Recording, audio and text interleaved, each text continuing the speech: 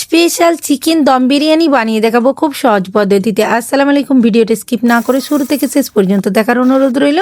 প্রথমেই 500 গ্রাম নাফিস চাল ধুয়ে রেস্ট করতে দিয়ে দেবো আধ ঘন্টা।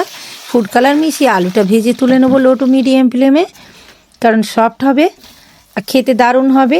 যেহেতু দম বিরিয়ানি বানাবো, বেরেস্তারা করে পেঁয়াজ ভেজে তুলে নিচ্ছি। মাংসটা ম্যারিনেট করে নিচ্ছি। টক দই, হলুদ, মরিচের গুঁড়া, লবণ আর লেমন চিপে দেবো।